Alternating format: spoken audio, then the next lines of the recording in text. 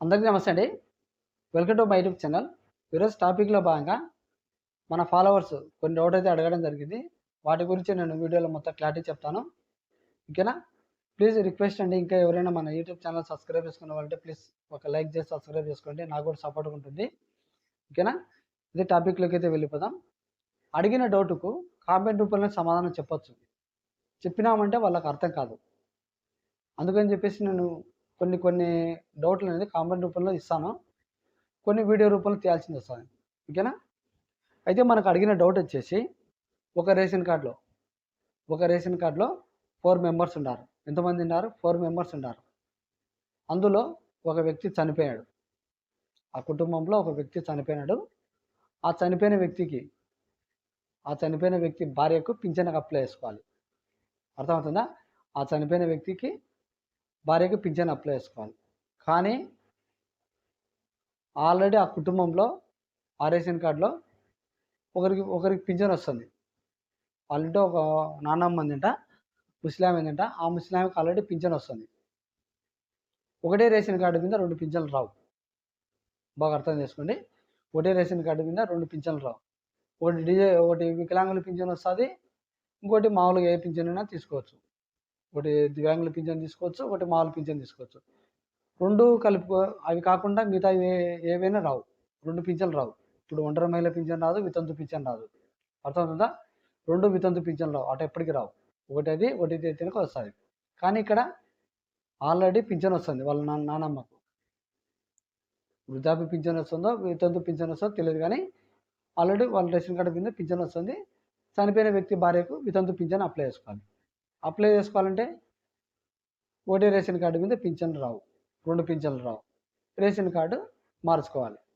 2 divide చేయాలి. ఎవరిని divide చేయాలి?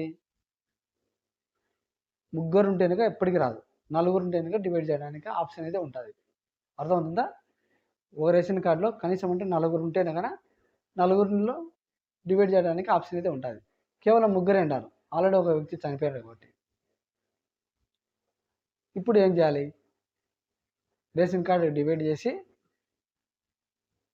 చనిపోయిన వ్యక్తి భార్యకు పింఛన్కి అప్లై చేయాలంటే కనుక ఈ ముస్లింలను డివైడ్ చేయాలి. రేషన్ కార్డుల నుంచి వాళ్ళని అట్లనే పెట్టేసి ఇద్దరిని వీళ్ళను డివైడ్ చేయాలి. ఈ ముస్లింలను చేయాలంటే కాదు, ఎక్కడ ఆప్షన్ లేదు. కానీ కొన్ని మార్గాలు ఉన్నాయి దీనికి.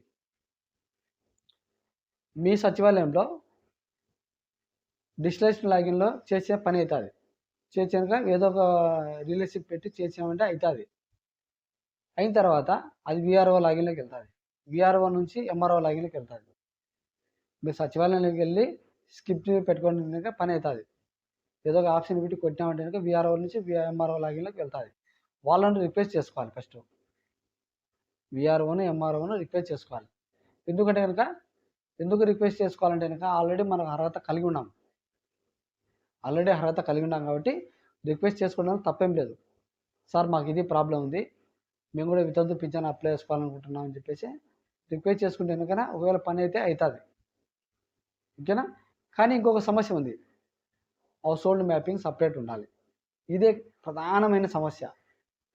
ఈ హౌస్ హోల్డ్ మ్యాపింగ్ సపరేట్ ఉంటేనే కన్నా అక్కడ ఏదో ఒక విధంగా మేనేజ్ చేసుకోవచ్చు. వాళ్ళ లాగిన్లో చేసినారంటే పని అవుతుంది. మనమే తప్పుడు పని ఏం చేయలేదు కదా, అర్హత కలిగింది కాబట్టి రిక్వెస్ట్ చేసి అడుగుతున్నాం అంతవరకే. ఇక్కడ సమస్య ఎక్కడ వచ్చింది? హౌస్ హోల్డ్ మ్యాపింగ్ సపరేట్ ఉంటేనే కన్నా మాత్రమే చేసుకోవడానికి ఆప్షన్ ఉంటుంది, లేకుంటే లేదు.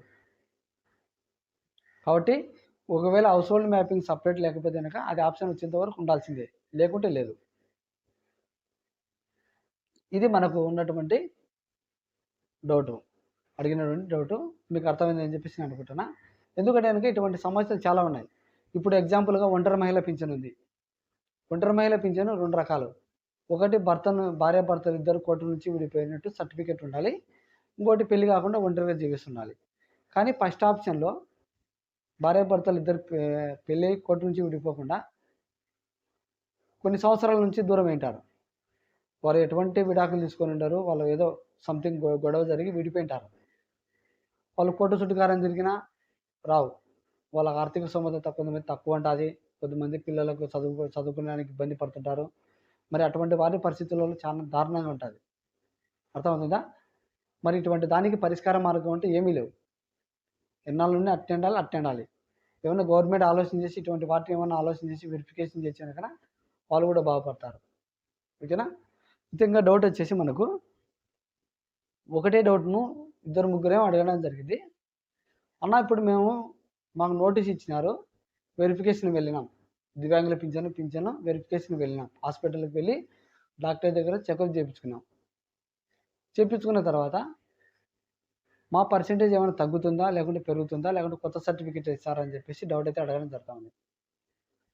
ఒకటి చెప్తా బాగానండి, వెరిఫికేషన్ అంటే ఏంది?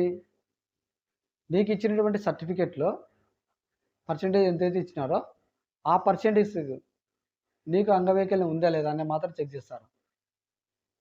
నీకు ఉన్నటువంటి అంగవైకల్యం ఆ సర్టిఫికేట్లో ఉందా లేదా అనేది మాత్రం చెక్ చేస్తారు డాక్టర్లు. ఒకవేళ పెంచాలంటే కనుక కొత్త పింఛన్లు ఇవ్వచ్చు కదా. పెంచుతేనే కనుక ఇప్పుడు ఎగ్జాంపుల్గా 80 85 90 ఇచ్చినాడు అనుకో, కొంతమంది పింఛన్కి అప్లై చేసుకోవడానికి ఆప్షన్ ఉంటుంది. 40 ఇచ్చినప్పుడు 40-45 ఇచ్చినప్పుడు ఒకవేళ 10,000 15,000 ఆప్షన్ అయితే వస్తుంది. ఒకవేళ తగ్గించే ఆలోచన అయితే గవర్నమెంట్ అయితే ఉంది, దాంట్లో ఎటువంటి డౌట్ లేదు. ఎందుకంటే కనుక డాక్టర్ల మీద చాలామంది మీద ఈ డౌట్ అయితే రావడం జరిగింది కాబట్టి ఫేక్ సదరన్ సర్టిఫికేట్ ఇస్తున్నారు. 30 ఇంటి కనుక 60 ఇస్తున్నారు, 70 ఇస్తున్నారు అని చెప్పేసి అట్లా ఫేక్ సదరన్ సర్టిఫికేట్లు ఇచ్చినారని చెప్పేసి డాక్టర్ల మీద ఒక నింద అయితే మోపినారు. కాబట్టి తగ్గించే ఆలోచన వెరిఫికేషన్ అయితే ఉంటుంది, పెంచే ఆలోచన ఎప్పటికి ఉండదు. తగ్గించినారంటే కనుక పింఛన్ ఎత్తిపోతుంది, పెంచినారంటే కనుక సర్టిఫికేట్ కొత్తది వస్తుంది. పెంచే ఆలోచనలు ఎప్పటికి ఉండదు. ఒకవేళ డాక్టర్లు ఖచ్చితంగా ఇతనికి పెంచాలి అనేటువంటి సందర్భం వచ్చేనా కానీ పెంచవచ్చు తప్ప, లేకుంటే పెంచలేరు. ఓకేనా? కాబట్టి మనకు సదరన్ సర్టిఫికేట్లో తగ్గించినారంటే కనుక కొత్త సర్టిఫికేట్ ఇచ్చాడు. ఒకవేళ పెంచినారంటే కనుక సర్టిఫికేట్ ఇవ్వాల్సింది కొత్తది. కానీ పెంచే ఆలోచన లేదు, తగ్గించే ఆలోచన అయితే ఉంది. ఓకేనా? కేవలం నీకు ఉన్నటువంటి సర్టిఫికేట్లు, నీకు ఉన్నటువంటి అంగవైకల్యం అది కరెక్టే కదా, దాంట్లో ఉన్నటువంటి పర్సెంటేజ్ నీకు ఉన్నటువంటి అంగవైకల్యం కరెక్టే కదా అనేది మాత్రమే చెక్ చేస్తున్నారు తప్ప మిగతాది ఏది కాదు. అర్థమైందా? ఇది మనం అడుగుతున్న డౌట్. చాలామంది 2-3 అడిగినారు ఇదే డౌట్ను. ఓకే అండి, ఇది మనకు ఇప్పటి వరకు ఉన్నటువంటి డౌట్లు. ఇంకా మనకు చాలామంది డౌట్ ఉంటే ఏదైనా కామెంట్ రూపంలో తెలియజేయండి అని నేను రిప్లై ఇస్తాను. కొన్నిటికి నేను కామెంట్ రూపంలో తెలియజేయడం జరుగుతుంది. అవసరమైతే వీడియో కూడా తీసి అప్లోడ్ చేస్తాను. ఓకేనా? వీడియో నచ్చుతుంది ఒక లైక్ చేసి సబ్స్క్రైబ్ చేసుకోండి. Thank you.